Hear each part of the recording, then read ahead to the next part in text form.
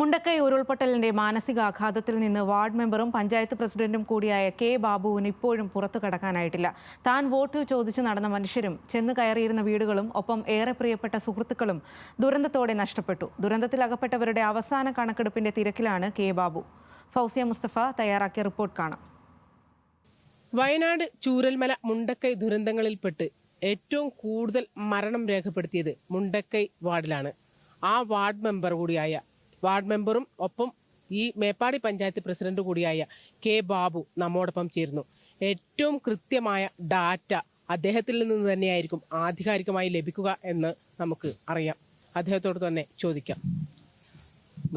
എത്ര പേര് മുണ്ടക്കൈ വാർഡ്, താങ്കളുടെ വാർഡാണ്, താങ്കൾക്ക് ഇനി വോട്ട് ചോദിച്ചു പോയിരുന്ന കുറേ വീടുകളുണ്ടായിരുന്നു, 540ഓളം വീടുകളുണ്ടായിരുന്നു, കെട്ടിടങ്ങളുണ്ടായിരുന്നു. ഒന്നും തന്നെ ബാക്കിയില്ല, അവശേഷിക്കുന്നില്ല എന്ന് തന്നെ പറയാം.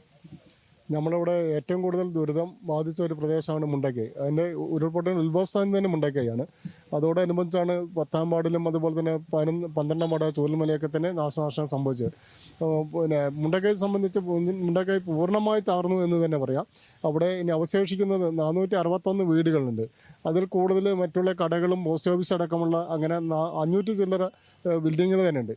അതിൽ 461 വീടുകളിൽ 10-30 വീടുകൾ മാത്രം അവശേഷിക്കുന്നുള്ളൂ. ഇപ്പോഴും നമ്മൾ കറക്റ്റായ ഒരു ഡാറ്റ അവിടെ ബോഡി തരുന്നതുമായി ബന്ധപ്പെട്ട് നടക്കുന്നതുകൊണ്ട് തന്നെ നമുക്ക് അവിടെ കയറി ചെല്ലാൻ പറ്റാത്തൊരു സാഹചര്യമുണ്ട്. അവിടെ നമ്മൾ തിരക്ക് കുറയ്ക്കാനും വേണ്ടിയിട്ടാണ് അത്തരം ഒരു സംവിധാനം ഏർപ്പെടുത്തിയത്. അപ്പോൾ അതുകൊണ്ട് തന്നെ വീടുകൾ എത്ര ബാക്കിയുണ്ടെന്ന് ചോദിച്ചാൽ കൃത്യമായിട്ടൊരു കണക്കല്ലെങ്കിൽ പോലും ഒരു 30-ന് താഴെ ഉണ്ടാവുള്ളൂ എന്നാണ് നമ്മളൊക്കെ നിഗമനം. നമ്മളവിടെ രാവിലെ ആദ്യം പോയെന്ന വ്യക്തി എന്നുള്ള നിലയ്ക്ക് ആണ് ഈ കാര്യങ്ങൾ ഇവിടെ സൂചിപ്പിക്കുന്നത്. അതുപോലെ തന്നെ നമ്മളുടെ മരിച്ചവരുടെ എണ്ണം വളരെ വലുതാണ്. അതുപോലെ തന്നെ കാണാതായവരതും നമുക്കിപ്പോൾ മുണ്ടക്കൈയിൽ നിന്ന് മാത്രം 78 ബോഡിയാണ് നമുക്ക് കിട്ടിയിട്ടുള്ളൂ. പക്ഷേ അതിൻ്റെ 90% നശിച്ച് പ്രളയത്തിൽ നശിച്ചൊരു വാർഡെന്ന നിലയിൽ അതും ഭീകരമാണ് അവിടുത്തെ മരണപ്പെട്ടവരുടെ എണ്ണം എന്നുള്ളത്. താങ്കൾ ഒരിക്കൽ തെരഞ്ഞെടുപ്പ് കാലത്ത് എല്ലാ വീടുകളും കയറി ഇറങ്ങി വോട്ട് ചോദിച്ചിരുന്നതാണ്. ഇപ്പോ അങ്ങനെ ഒരു വീടില്ല ഇനി ഒരിക്കലും. അവിടെ ഓരോ വീടുകളും കയറി നമ്മൾ 3-4 പ്രാവശ്യം ഓരോ വീട്ടുകാരോടും വോട്ട് ചോദിച്ച് അവിടെ നിന്ന് വലിയൊരു ഭൂരിപക്ഷത്തിലാണ് ജയിച്ചത്. അവിടെ അത് ഏറ്റവും കൂടുതൽ സങ്കടനാക്കുന്ന ഒരു കാര്യം എന്ന് പറഞ്ഞാൽ അവിടുത്തെ വാർഡ് വികസന സമിതി കൺവീനർ എന്ന സലീം എന്ന് പറഞ്ഞാൽ അദ്ദേഹം എൻ്റെ സുഹൃത്ത് കൂടിയാണ്. 29-ാം തീയതി രാവിലെ ഞാൻ ആ പ്രദേശത്ത് തഹസിൽദാരും അതുപോലെ തന്നെ പിന്നെ വില്ലേജ് ഓഫീസറും ഫയർഫോഴ്സ് അടക്കം ഞങ്ങൾ ഇവിടുത്തെ ഭരണസമിതി ഞങ്ങൾ അവിടെ ചെല്ലുകയും അവിടുത്തെ ആൾക്കാരോടൊക്കെ കുറേയൊക്കെ മാറി താമസിക്കാൻ പറയും. ഇങ്ങനെ പല ഭാഗത്തും പഞ്ചായത്തിൻ്റെ പല ഭാഗത്തും വെള്ളം ഉയർന്നിട്ടുണ്ട്, അവരൊക്കെ മാറ്റി പറപ്പിച്ചുകൊണ്ടിരിക്കുകയാണ്. അപ്പോൾ ഇവിടെ മുൻകാലങ്ങൾ അനുഭവം വെച്ച് ഇവിടെ എന്തെങ്കിലും അപകടം ഉണ്ടാകാൻ സാധ്യതയുണ്ട്, അതുകൊണ്ട് എല്ലാവരും മാറി താമസിക്കണമെന്ന് അവിടെയുള്ളവരോട് സൂചിപ്പിച്ചു. പക്ഷെ അന്ന് രാത്രി തന്നെ 2 മണിയോടുകൂടി അവിടുത്തെ കുറേ ആൾക്കാരെ സുരക്ഷിതമായി അവിടെ ഒരു മദ്രസ ഉണ്ട്, ആ മദ്രസയ്ക്ക് മാറ്റിയത് കൊണ്ട് മാത്രമാണ് കൂടുതൽ ആൾക്കാർക്ക് മരണം സംഭവിക്കാതിരുന്നത്. ഒപ്പം തന്നെ എനിക്ക് പ്രധാനപ്പെട്ട ഒരു ഇത് പറയാനുള്ളത്, എൻ്റെ കൂടെ നടന്ന ഈ രാവിലെ മുതൽ 29-ാം തീയതി രാവിലെ മുതൽ കൂടെ നടന്ന സലീം എന്ന് പറഞ്ഞ അവിടുത്തെ വാർഡ് കൺവീനർ ഇങ്ങോട്ട് ഞാനും മാറി താമസിക്കണമെന്ന് പറഞ്ഞു. അദ്ദേഹം മാറി താമസിച്ചു.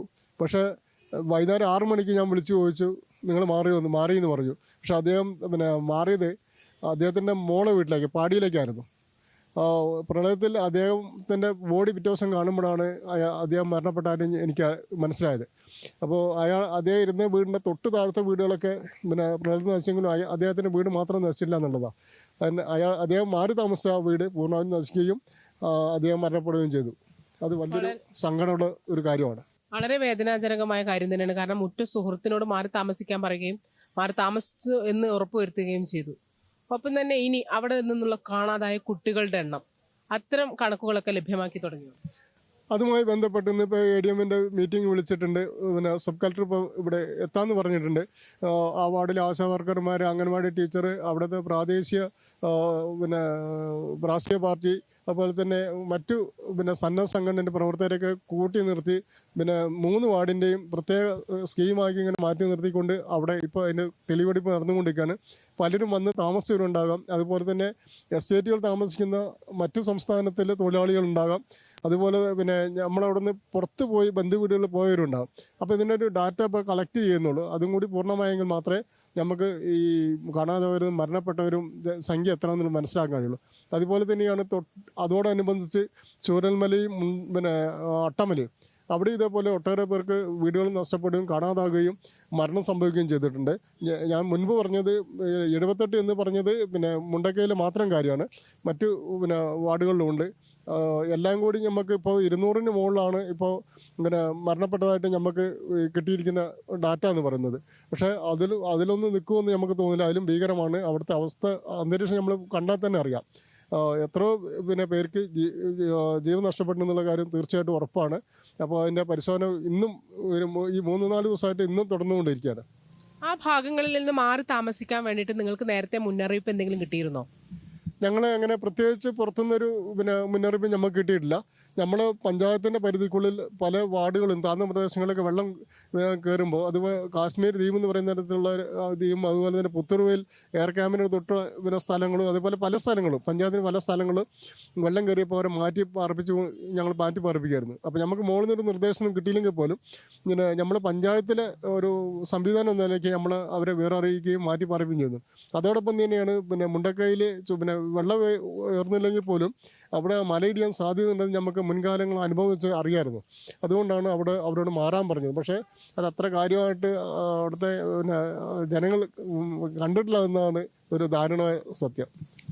തീർച്ചയായിട്ടും പഞ്ചായത്തിന് പ്രത്യേകിച്ച് മുണ്ടക്കൈ വാർഡിനെ ഏറ്റവും കൂടുതൽ അടുത്ത് അറിഞ്ഞ മനുഷ്യനാണ് കെ ബാബു എന്ന മേപ്പാടി പഞ്ചായത്ത് പ്രസിഡന്റ്. അദ്ദേഹത്തിന്റെ വിവരങ്ങൾ വരും ദിവസങ്ങളിലും ആധികാരികമായിരിക്കും. ആ കണക്കുകൾ എടുത്തു വരുന്നതേയുള്ളൂ.